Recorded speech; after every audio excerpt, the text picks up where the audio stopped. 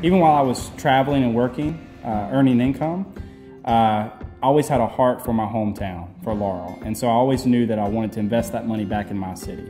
Spend it here where I grew up and where I want to raise my family. We could have stayed in Seattle. We had friends, we had a really good time, but we really wanted to be close to family. Laurel's a really special place. You know, look at them, they're doing it. I was like, they're ready for us to come back.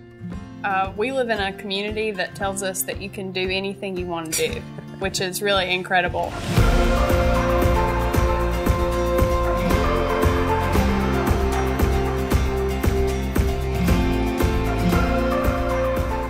So since we've moved back, the key to doing some of our developments downtown has been relationships with other people downtown. A lot of that started with the Main Street organization that is downtown, with other business owners that are downtown, and really just a core group of friends and other businessmen who care about downtown. And so we found that by working with the EDA, we found some people that were creating new businesses that needed a location. So by working with the EDA, with Main Street, we were introduced to potential tenants, met them, vetted their business model, and basically were able to invest capital for their project. So that was one way we were really able to work quickly in our own downtown in Laurel. It's really a big deal to have support from all angles. The biggest one that we had was when I was setting it up and researching was getting in touch with Judy at Main Street.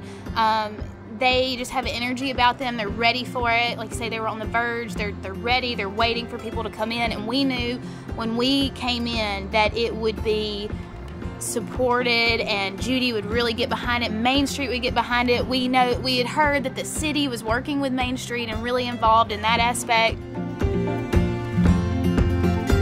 So with these downtown properties, a lot of times they've been abandoned or neglected for years. And so the easy thing to do is just to pull in another subpar tenant, a decent tenant just to earn rent.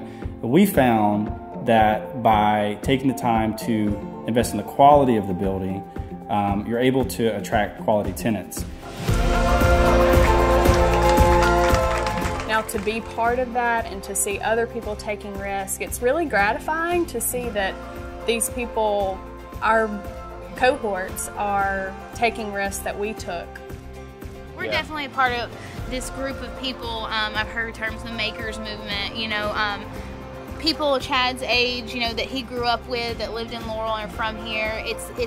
We all are having the same dream, and it's so fun because it's like we're each great in our own areas, and it's coming together to make this comeback. It's great resurgence.